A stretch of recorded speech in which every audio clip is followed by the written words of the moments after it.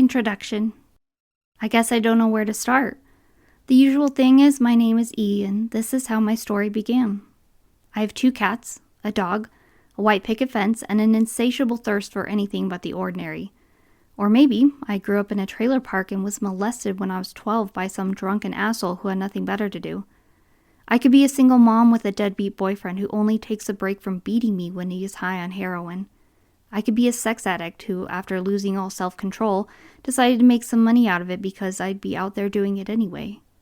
A junkie, doing whatever it takes for her next fix. A bored housewife that moonlights in the industry because her husband doesn't pay enough attention to her. Maybe I'm a woman who needs to pay off her husband's gambling debts before the cars get repossessed and the mortgage falls into foreclosure. Married, single, newly divorced, widowed, kids, no kids, rich, poor, homeless, young, old. Honestly, I could be any combination of the stories above because, like the clients we serve, we came from all walks of life in all shapes and sizes. There was no one-size-fits-all reason for being a sex worker. We all had our reasons, and not all of them were tragic or even interesting. The only common theme I ever saw in all my years as an escort was that we all needed money and didn't have a better way to get it. We each owned our unique broken piece of the American dream and were doing our best to simply get by. We paid our taxes, living month to month like most other Americans, and were one financial hardship or unexpected medical expense away from becoming destitute. We were, and are, incredibly and overwhelmingly average.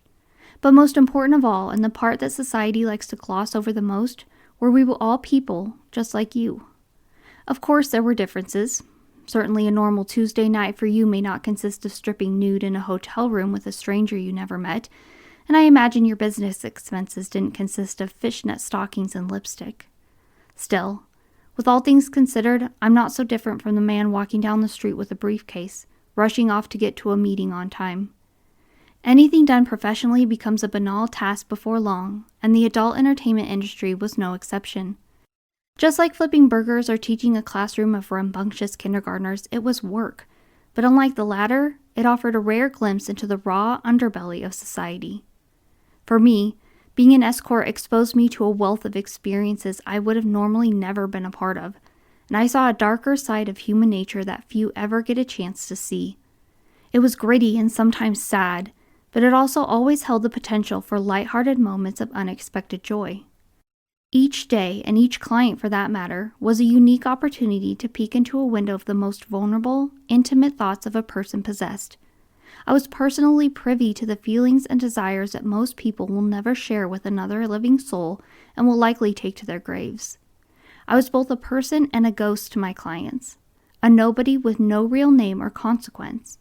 Because of this, few had problems sharing their secrets and whispering about the desires lingering deep within the far corners of their minds.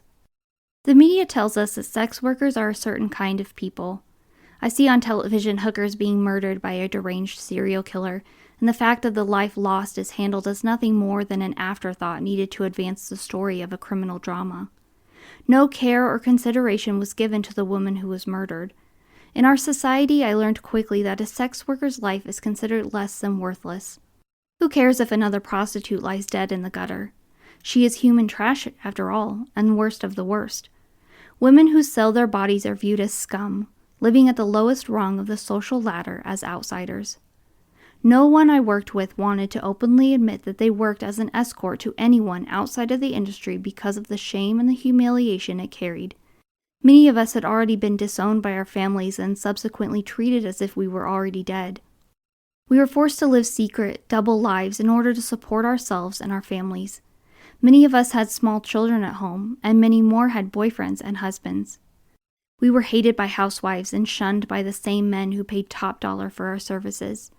We were viewed as disgusting, disease-riddled drug addicts or selfish gold diggers too lazy to get real jobs.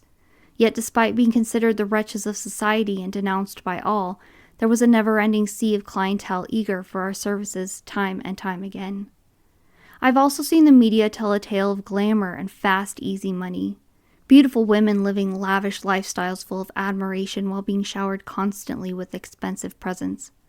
Women who spent their time sipping cocktails on tropical islands with young, attractive men who were kind, loving, and also great in bed. To keep listening to this audiobook for free, click the link in the description. It will take you to a free Audible trial where you can listen to this and many other books for free for 30 days.